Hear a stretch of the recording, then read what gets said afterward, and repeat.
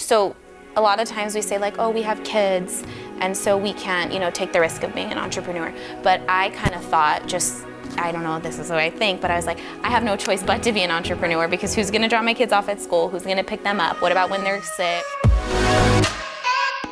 So today I am so excited because I am with a fabulous woman in business who is grown a great company and as a single mother.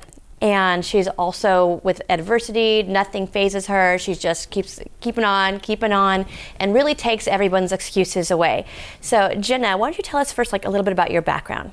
Yes, so I came from a legal background, and I had my heart set on being an attorney and going through the motions. When I was young, I just wanted to do something that would make me a lot of money. And so everyone said either law or being a doctor, and I'm not like a numbers or needles type of person. So I chose law. And I just jumped right into that. I went to law school, graduated law school. I have 2 daughters. When I graduated law school, I had a 1-year-old, and I was like 6 or 7 months pregnant. And I got there, I was finally there, and I found that it was gonna have me working 60, 70 hours a week and not even making 6 figures. So at that point, that's kind of where my story came to a halt, and I had to kind of pivot and find something new. So what made you want to start as an entrepreneur? Obviously with 2 little girls, you have heavy responsibility, a lot on your plate already, and starting something new it's not like you just switched careers, you really switched lifestyles. Yeah. So what made you make that big jump? I think that I had seen so many examples of people who are able to, so a lot of times we say like, oh, we have kids, and so we can't, take the risk of being an entrepreneur. But I kind of thought I don't know, this is what I think, but I was like, I have no choice but to be an entrepreneur, because who's gonna drop my kids off at school? Who's gonna pick them up? What about when they're sick? I cannot make less than 6 figures to being a single mom at that. So I was in a position where I felt like being an entrepreneur was the best thing for me. And a job, to me, that would have been harder than what we do, and figuring something new out, because that's simple. We can always figure something new out. And I was gonna work hard. I was either gonna work 60, 70, 80 hours for somebody else, or do it for myself and then develop something new. So I had no choice. Right. So, when you're getting your business started, off the ground, obviously there's a lot of doubt, a lot of fear. What did you focus on to kind of just make it move? That's okay. There's a couple things I think about. When I came into the business, obviously I wasn't being mentored by you, but I knew of you and I knew your story. And so I just kept thinking, I really thought to myself once, and then once I thought, it was instilled in me. So, if I saw Jamie do it, and a lot about Dana Lagatuda too. Jamie did it and she's a mom. Dana did it and she's a mom. Well, I'm a mom, and I'm a female. So if they did it, why can I not do it? So I really never struggled with that, because I just paid attention to so many people winning and thought, well, if they're doing it, like all walks of life, all different people, obviously everyone's, it's so different.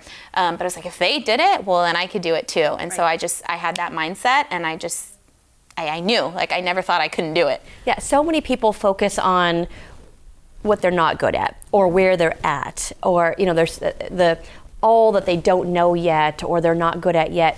And I like that you focused on, well, it's been done. Yeah. It's been done, so I can do it. I just have to figure these things out. And then you're really good at seeking out mentorship. So how did you do that? Like, do you seek out mentorship in just the business or in different areas? I try to do it in all areas of my life. I think, again, I don't know if you remember this, but one of the very first times you and I met, I don't know if you remember, but we were in Oxnard, and you were walking down the hall, and I knew, I was like, okay, you reached like a certain, I reached a certain thing where I'm like, okay, now what? I don't know what to chase. I don't know who to try and be like, because I wasn't around you. So I don't know if you remember, but I chased you guys down the hall. I was like, yeah. Jamie, Sean.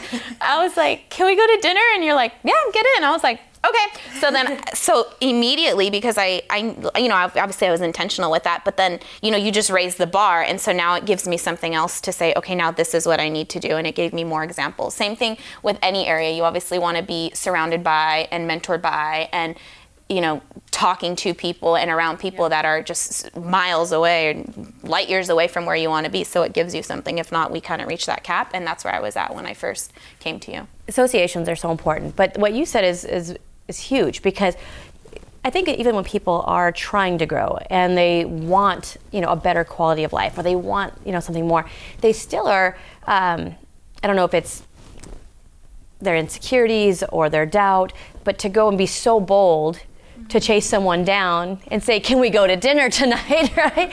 That takes something else. That takes guts, right? So what do you think that comes from? As an entrepreneur, you have to have that. You have to have that make it happen mentality. I think that, so that was, as you say it, I'm like, I guess that was kind of bold, and maybe it was hard. I did the same thing. I mean, I don't really see it as bold. What I think would be hard is if I would have stayed that was like hard to me, if I would have had to stay where I was at and then just go in circles and not know what I was doing, and then just like, that is hard to me, same thing with like job. This is what I've been doing in a job, and then entrepreneurship opened up this entire, just like unlimited. Right. So I guess, yes, it is bold, but I mean, nothing's harder than just being stuck in something that you don't want to be in. Super uncomfortable, but... Right. And then it's crazy because now, like, I have your mentorship, and I'm just like, I just want to do so much more, So it's always fun to stay uncomfortable. Yeah. So, I mean, that's the key to it, right? So many people, it's just too uncomfortable, outside their comfort zone, to chase someone down or to reach out to someone that maybe they feel like they don't deserve that yet. They're not there yet to bother that person or something. So what advice would you give someone starting out that maybe, they're just maybe feeling small, they're maybe feeling like they don't know what to do next? You said you had kind of hit a plateau. To be bold, to be more aggressive that way. I mean, I still struggle with it too, because like, like the gray caps and stuff, I'm like, can I talk to him? Like, just go talk to him, But I recently was watching, I don't know if you saw the Aaron Hernandez documentary. I was very, very interested in it. And one of the coaches, so it's a documentary on a football player, and one of the coaches, as they were going through the draft, they said, this is like the only thing I took from the whole thing. I don't even really didn't pay attention to the rest, but the coach said, I guess when they come into the NFL or into the draft, they take like this measurement of, okay, what's this person's, tenacity? What's their social maturity? What is their intensity and all these things? And the coach said, I look at that paper, I don't even need to know what kind of player they are. I don't even know anything about them. I just look at the paper and see if they have the mindset to make it.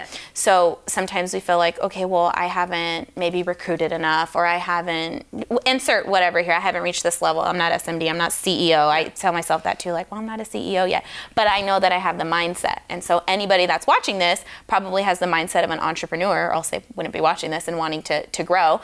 So if you have that mindset and then you just do it because of the determination, I forgot some of the other, tenacity, determination, competitiveness, that was the one he said. He said, I look at their competitiveness and I make my decision, then I see what kind of player they are. Which is for the NFL, not just the NFL. That's a pretty high level competition. Mm-hmm. So you're super competitive. Yes. Just about I know. On everything. Yesterday, some lady walked up to me and she's like, something, I'm kicking your butt. I almost got in a fight with her in the middle. I didn't know who she was. I'm like, no, you're not. Yeah. So what do you think sparks that competitiveness? Because so many people, they think, well, I don't want to compete because if I win, then they lose, and and then on the opposite end, there's people that compete at all costs, and that's costing them their family or their spiritual life or those types of things. So how do you feel about that? I think on the scale from like compete at all costs and not compete, I might be like maybe in the middle. I'm pretty. Well, yeah, I was gonna say one time. Yeah, no, I've had some unhealthy competitions. You learn through it, but. I guess just somebody has to be the loser, and it's not going to be me. I don't know what else to say. Because then my kids are going to think they can be losers, and they may not be losers, So if they have to be the loser, well, then they have to be the loser. But I also, I am aggressive, but still, I think the great part about this business is we don't ever have to compromise like our family. Like if I'm really competitive, my kids will just be with me in the office and they'll just see me being competitive and they know like we're not losers, right? So. That's what I love. I mean, I love watching and being able to mentor people that they can be happy and they can be strong, that they can have their faith and their family come first. And I just love that you're an example of that, where you're in the office, you're making phone calls, you're doing appointments. Sometimes your two little sweet girls are with, and they're so cute and they're so good. But they're there and they're playing and running around, and I love that. But how do you see the business or being an entrepreneur and being able to have the family, and you're very strong in your faith and very vocal and active in your church. How do you kind of balance all of that? Especially when you didn't have a lot of You know what? I think that, it is a lot to balance. But I also feel because we're entrepreneurs, we have to keep ourselves on a time schedule. But if my church needs me on a certain day, it could be like a Tuesday in the middle of the day, I could go do it. It's my opinion that if I had a job, it would be harder to balance the stuff that I balance. So I think just pulling together my resources, like with my daughters, I have a very, very strong support system. I'm so grateful. God is so good. So I have a huge support system. And then too, my daughters, they're so cute. But they are good girls because they see an example. They're around WFG kids. Like I see other kids and I'm like, oh my gosh, my daughters, like they know, they come to the office, they have their iPads, they know. So they've almost learned the culture, and that just happens like by default. So I try to use as many resources as I can. And then it makes it really, I don't want to say easy, but it actually makes it easier when I have my own schedule. So if, I do my best to be in the office as much as possible, but if for some reason my daughter has a doctor's appointment, well, then I don't go in at 9, I just go in at 11. If they have to come with me, if I have to pick them up from school, use my resources in getting people to pick them up and do all these things. And like picking my daughters up to school, that I was something where it's like, I'll never let somebody pick my kids up from school. They'll never take the bus. And I had that season with them where I would take them to school and pick them up from school. And I got to experience that. I never missed out. And now I'm like, okay, I cannot pick you guys up from school. But because your thinking gets There's bigger. Things that are maybe more important. Yeah, like taking them to Hawaii and working. So now, but we go through seasons. So had I not spent that like first maybe 18 months of picking them up from school, in the future I'm going to be like, I never had that with my kids. So I had that, but that's the beauty of being an entrepreneur. You could just do whatever the heck you want. Did you ever have times, especially in the beginning when you were starting out and you weren't making great money yet or whatever, that you doubted and you questioned that if this was right for your kids? Okay, so yes and no. So I know like for sure 100% with certainty that it's worth it for them. Yeah, for sure, long term. But there would be some times where short term I'd be like, we just had I hope my daughter never watches this when she's older, the Ed Milet event. Remember, I was in a rush to get back to her preschool concert. I remember that. I didn't make it. But I told her I did. So when she came out, I'm like, good job, So hopefully she never watches this in the future. She's 5. And I was crying on the way back. I'm like, I missed her preschool thing. But the value that I got from Ed, that will probably be the reason why she has the life that she has. So there's gives and takes, and it was a bummer, but long term it was awesome. So sometimes I don't want to leave them, but long term I know what's best for them. Yeah. Even leaving them like this weekend, I did not want to leave them, but I know when I go back on Monday, it's so worth it. So I kind of I try to remember. I think I've instilled it in myself. I tell myself all the time, that's part of my business plan. Like, it's so worth it. One day, not even them, but just like maybe their kids, or to see what my family is now doing. And because, I try to be the one that takes away all excuses. And it's a bummer, and I miss them, but it's worth it. I mean, I would probably miss them more if I was working a 9 to 5. Yeah. I want to see them all the time, so. Right. So what do you think is the main driving reason why you do what you do? Ooh, that's a really good question. So I used to say it was my daughters, and now when somebody asks me questions like that, I don't even think of them anymore, because I know it's really weird. I hope I can get this message across. You know what I'm saying? Like, I already know my daughters will be taken care of, so I don't have to say like, go do this so that they'll be taken. I already know I will take care of them because we know how to make money here. Long term, I think the biggest thing that I want to do is be able to bring, I don't know, like, I want to articulate this the right way, but I want to be able to bring a lot of financial education. Obviously, that's what we do. But I also want to be able to help people, whether it be a single mom, a mom, whoever it is, maybe who is in a position where they thought they were going to work a 9 to 5, or maybe be depressed about it and not see their kids and not get to have the season of school pickup and school drop off or whatever it is. Because most people will go through their entire life just working a job. And so one of my big passions is to kind of give them that push, to show them, like, it's kind of like there's a little, I'm gonna just kind of tell a story. So there was somebody at my church who he gave a story, and he said he had an addiction.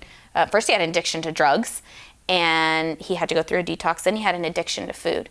And he said like it was the worst 5 days of my life, like just worst 5 days of my life. I was detoxing from heroin, whatever it was. And he's like, but I got through that. And after that, those 5 days, like it was just amazing. And so I started comparing that to what we do in the business. Is like the first, it's not easy in the beginning. Like you're learning something new. Everyone thinks you're crazy for being an entrepreneur. You're just like out in the wilderness. You don't even know what's going on. Everyone thinks you're dumb and crazy. But like if you just put it in for that little, I don't want to say 5 days, maybe, I don't know, I guess it would depend on the person. But after, it's like, I could do whatever I want.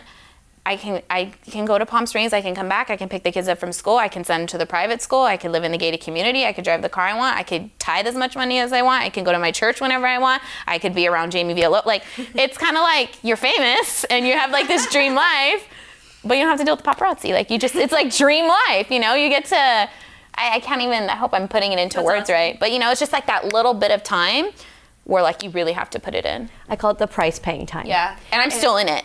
Yeah. But not as like, I'm licensed, I get it. Yes, yeah. Well, kind of. Yeah, in the beginning it's just like that survival phase as an entrepreneur, you know, you're doubting yourself. You have the haters. Like yeah. And you have all of these things and you're learning something so new and you're constantly thinking, am I gonna make it? Do I have what it takes? And then you kind of, you know, get your stuff together again and you go and you finally get past that survival, but you're still, you know, you're still in that, you know, and I like that analogy of you kind of detoxed from mediocrity to now the life that you want to make for yourself, and you are setting the rules and no one has their thumb on you, and you can, you know, put your kids into better schools and you can live the lifestyle that you want to have. So what advice would you give to a mom or single moms, you know, that are, you know, they just have their hands full, or a woman in business that is, you know, doubting if they could make this thing happen? So, I mean, when we talk, like, again, I watched you do it. I watched Dana do it. I mean, every single person that we see. And I constantly told myself, if they could do it, then I could do it. Yeah. And so I guess I would say, like, if I could do it, because remember, you know, I don't really talk about this stuff often, but from 2016 to 2018, when I was becoming I mean, what year were we in? We're like 2020. Well, you know, like the 2 years that were very crucial of me being an entrepreneur, I went through a divorce, which was hard. My parents went through a divorce. My mom moved to North Carolina. My sister joined the military. My other sister moved to Washington and then moved to Hawaii. My parents went through bankruptcy and lost their home. My dad moved in with my grandma and grandpa. Then my grandma died. And then I went through my own divorce. And all this, I'm trying to be an entrepreneur. And so it was really tough. But, you know, so if I could do it through all of that, and keeping in mind, my kids were like, I think I was still breastfeeding Bella when I came into the business. She was like 6 months or something like that. And Sophia was only 1, maybe 2. And so if I figured out a way to do that, my support system went like that all across the country. And I was like, oh my gosh, except my dad. He's so amazing, my dad and my brother. And, you know, he was going through his own stuff and my brother's going through his own. It was just the chaos of life. And so the good news was, like, I know how to work, which that's awesome, because you could be a workhorse, but if you don't have the right like resources backing you up, it really does not matter, you know? So I had the resources that backed me up, like the Revolution resources, and the strategies that we have, and I paired that with my work ethic, and I still handled all that stuff. Like, it's not like I ignored it. Well, I kind of ignored it, but I still dealt with it. And so I think that if I could do it, then there's no reason that anybody else can't do it, you know? And I probably left a whole bunch of miscarriages out, 3 of them, and like I dealt with all this stuff, but because WFG and Revolution, we are so constant that you can't lose if you do what you're supposed to do. Awesome. And then just last question, what is your favorite part of being like involved in others' lives? As a leader and an entrepreneur, you're constantly, and like I said, you're such a great example of this, but being positive and helping others. What's your favorite part about what we do? Ooh, I have so many favorite parts. I love, kind of back to that story, something that's been extremely huge for me is like your belief in me. Mm-hmm. So I've never like, I I guess we say this, but we've done it. I've never thought like, I can't do it, I have doubts. I always knew like I could do it, but like, what could I do? And so when I wanted to just do something, you know, bare minimum, you stretched my vision and you said like, no, that's like super, I mean, I could give a bunch of examples, but you said, no, that's super low. You don't need 1 office, you need 100 offices. And I was like, oh, I get it. And so now every time someone comes up to me, like, I just can't help it. I'm like, what's your next goal? Oh, what are you going to do? Like, so I love being able to help people stretch their vision, because you taught me better than anybody. Once it's stretched, it can never go back. And so that's been huge. And just like the last thinking and pour belief into them, and then watch them light up. Yeah.